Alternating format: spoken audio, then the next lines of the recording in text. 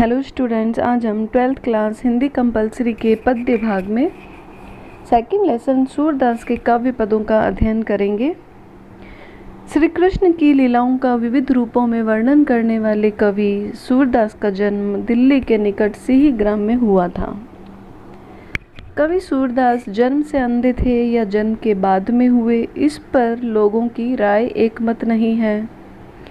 कुछ समय के पश्चात सूरदास आगरा और मथुरा के बीच रुनकता गांव में जाकर रहने लगे। वहां पर इनकी मुलाकात आचार्य वल्लभाचार्य से होती है और तो इस तरह से आचार्य वल्लभाचार्य से शिक्षा लेकर उनसे प्रेरित होकर सूरदास कृष्ण भक्ति में लीन हो जाते हैं। सूरदास की प्रमुख रचनाएं 3 हैं: सूरसागर, सूर सरावली और साहित्य लहरी।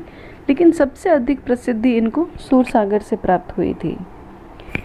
सूरदास की भाषा जो है वो ब्रज भाषा रही। इसमें कवि ने श्रृंगार रस का जो है उसमें संयोग और वियोग दोनों रसों का जो है बहुत ही सुंदर वर्णन किया है। सूरदास के आज हम जिन पदों का अध्ययन करेंगे उसमें इनकी रचनाओं में से 6 पदों को लिया गया है। इसमें उस समय का वर्णन है जब श्री कृष्ण मथुरा चले जाते हैं और गोपियाँ उनके विरह में व्याकुल रहती है, तो कृष्ण उद्धव को दूत बनाकर गोपियों के पास योग का संदेश देकर भेजते हैं। तो इस तरह से उद्धव से योग संदेश सुनकर गोपियाँ हैं वो उनका हृदय जो है वो वितृष्णा से भर जाता है। उनके मन में उसी प्रकार कड़वाहट फैल जाती है जैसे कोई कड़वी ककड़ी जो है खाने पर मुंह में कड़वाहट फैल जाती है। तो इस तरह से गोपियाँ कृष्ण और उद्धव पर व्यंग्य करती है। तो आइए हम देखते हैं। हमारे हरि हारिल की लकड़ी, मन बचक्रम नंद नंदन सो उर यह दृढ़ करी पकड़ी। हारिल एक हरे रंग का तोते से मिलता जुलता पक्षी जो हर समय अपने पंजे में लकड़ी का टुकड़ा पकड़ के रखता है। लकड़ी अर्थात लकड़ी, बच अर्थात वचन, क्रम अर्थात कर्म, नंद नंदन अर्थात श्री कृष्ण, उर का अर्थ होता है हृदय, पकड़ी अर्थात पकड़ना। तो गोपियाँ उद्धव के योग संदेश को सुनकर कहती है कि हे उद्धव, हमारे हरि हारिल की लकड़ी, कि हमारे श्री कृष्ण जो है वो हारिल पक्षी की लकड़ी की तरह है। क्योंकि जिस तरह से हारिल पक्षी अपने पंजे में हर समय लकड़ी का टुकड़ा पकड़ के रखता है, वो कभी भी उसको छोड़ता नहीं है, उसी तरह से श्री कृष्ण को हम कभी भुला नहीं सकते हैं। मन बच क्रम नंद नंदन सो उरिया दृढ़ करी पकड़ी। और हमने श्री कृष्ण को मन वचन कर्म से अपने हृदय में दृढ़ता से पकड़ लिया है, अर्थात हमारा जो प्रेम श्री कृष्ण के प्रति है वो अटूट है, हम उनको भुला नहीं सकते हैं। जागत सोवत सपने सौतुक कान्हा कान्हा जकरी। सौतुक अर्थात साक्षात या सामने, जकरी अर्थात रट लगाना। तो अब गोपियाँ कहती है कि हम जागते सोते सपने में और साक्षात रूप में कृष्ण कृष्ण की ही रट लगाए रखते हैं, अर्थात हम हर समय जो है कृष्ण का ही ध्यान करते रहते हैं। सुनते ही जोग लगत ऐसो अली ज्यों करुई ककरी। जोग अर्थात योग, अली अर्थात उद्धव, करुई अर्थात कड़वी, ककरी अर्थात ककड़ी। तो अब गोपियाँ कहती है कि हे उद्धव, सुनते ही जोग लगत ऐसो, कि तुम्हारा ये योग रूपी संदेश सुनकर ऐसा लगा मानो करुई ककड़ी, मानो हमने कोई जो है वो कड़वी ककड़ी खा ली हो। अर्थात जिस तरह से कड़वी ककड़ी खाने पर मुंह में जो है कड़वाहट फैल जाती है, उसी तरह से तुम्हारा योग संदेश सुनकर हमारे हृदय में जो है कड़वाहट फैल गई है, हमारा हृदय वितृष्णा से भर गया है। सोई व्याधि हमें ले आए देखी सुनी न करी। व्याधि अर्थात रोग। तो अब गोपियाँ कहती हैं कि तुम ऐसा कड़वी ककड़ी के समान योग रूपी रोग लेके आए हो जिसको हमने कभी ना तो देखा है और ना ही सुना है। यह तो सूर तिन्हें ले दीजिए जिनके मन चक्री। चक्री अर्थात चंचल। तो अब गोपियाँ कहती है कि यह तो सूर तिन्हें ले दीजिए, कि सूरदास जी कहते हैं कि गोपियाँ अब जो है उद्धव से कह रही है कि यह जो योग रूपी जो रोग लेके तुम आए हो या तो उनको ले जाके दो जिनके मन चक्री अर्थात जिनका मन जो है स्थिर नहीं है, चंचल है। तो इस तरह से गोपियाँ कृष्ण पर और उद्धव पर जो है व्यंग्य कर रही है। तो यहाँ पर हम देखेंगे कि गोपियाँ हैं, उनका श्री कृष्ण के प्रति प्रेम अनन्य है, अटूट है, वो कभी भी उनको भुला नहीं सकती है। हमारे हरी हारिल की लकड़ी, यहाँ पर हम देखेंगे कि ह वर्ण आवृत हो रहा है तो अनुप्रास अलंकार हो जाएगा। फिर हम देखेंगे कि जागत सोवत सपने सौतुक, सपने सौतुक स वर्ण आवृत हो रहा है तो यहाँ पर भी अनुप्रास अलंकार हो जाएगा। कान्हा कान्हा शब्द आवृत हो रहा है तो पुनरुक्ति प्रकाश अलंकार हो जाएगा, क्योंकि जहाँ पर शब्द आवृत होता है वहाँ पर पुनरुक्ति प्रकाश अलंकार होता है।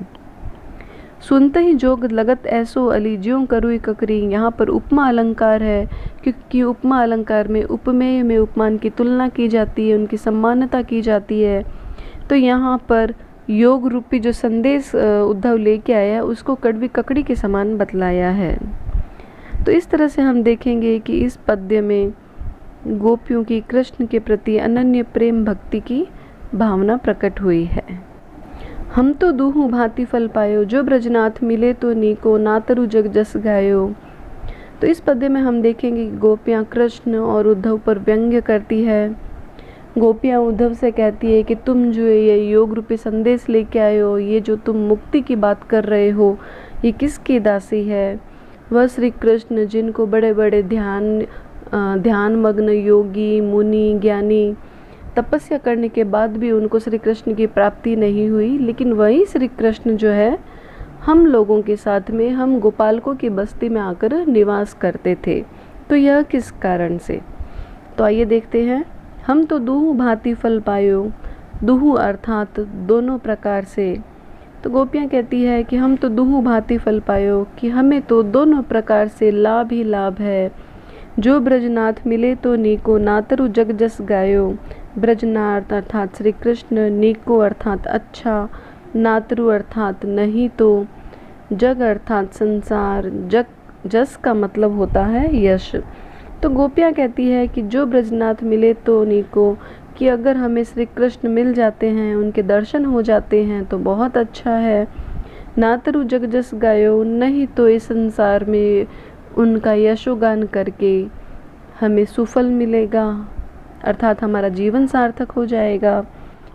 कहाँ वे गोकुल की गोपी सब बरनहीन लघु जाति, कहाँ वे कमला के स्वामी संग मिली बैठी एक पाती। बरनहीन अर्थात हीन वर्ण वाली, लघु जाति अर्थात छोटी जाति की या ग्वालिन, कमला अर्थात लक्ष्मी, एक पाती अर्थात एक ही पंक्ति में।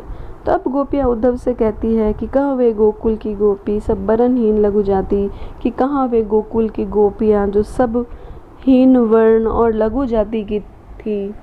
कहाँ वे कमला के स्वामी संग मिली बैठी एक पाती, और मथुरा की एक ग्वालिन जो कमला के स्वामी अर्थात लक्ष्मी के पति नारायण के अवतार से कृष्ण के साथ में एक ही पंक्ति में बैठती थी, अर्थात उनके साथ में रहती थी।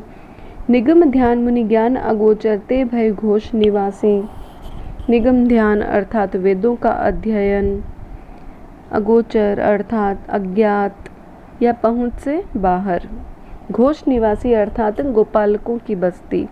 तो अब गोपियाँ कहती है कि निगम ध्यान मुनि ज्ञान अगोचर, कि वे श्री कृष्ण जिनको बड़े बड़े वेदों का अध्ययन करने वाले या मुनि ज्ञानी ध्यान मग्न तपस्या रत योगी भी जो है उनको प्राप्त न कर पाए, वही श्री कृष्ण ते भय घोष निवासी, वही श्री कृष्ण गोपालकों की बस्ती में निवास करते थे, अर्थात गोपालकों के साथ में रहते थे।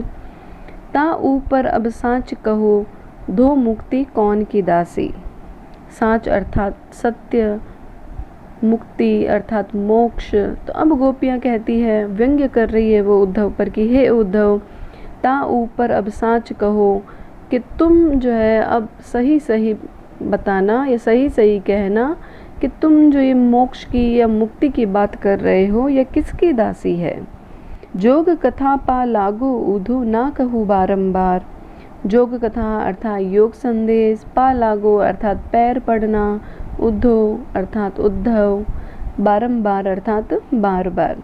तो अब गोपियाँ कहती है कि हे उद्धव, हम तुम्हारे पैर पड़ती हैं, तुम बार बार यह योग की बात ना करो, अर्थात योग संदेश की जो तुम बार बार बात कर रहे हो वो हमें मत कहो।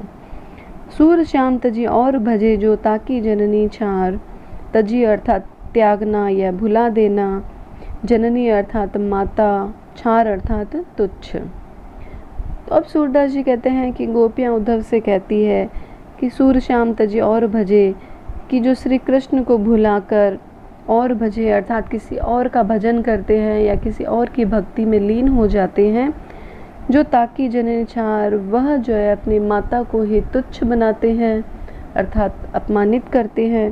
तो इस तरह से हम देखेंगे कि इस पद्य में गोपियों की अनन्य प्रेम भावना अभिव्यक्त हुई है और गोपियाँ श्री कृष्ण और उद्धव पर व्यंग्य कर रही हैं।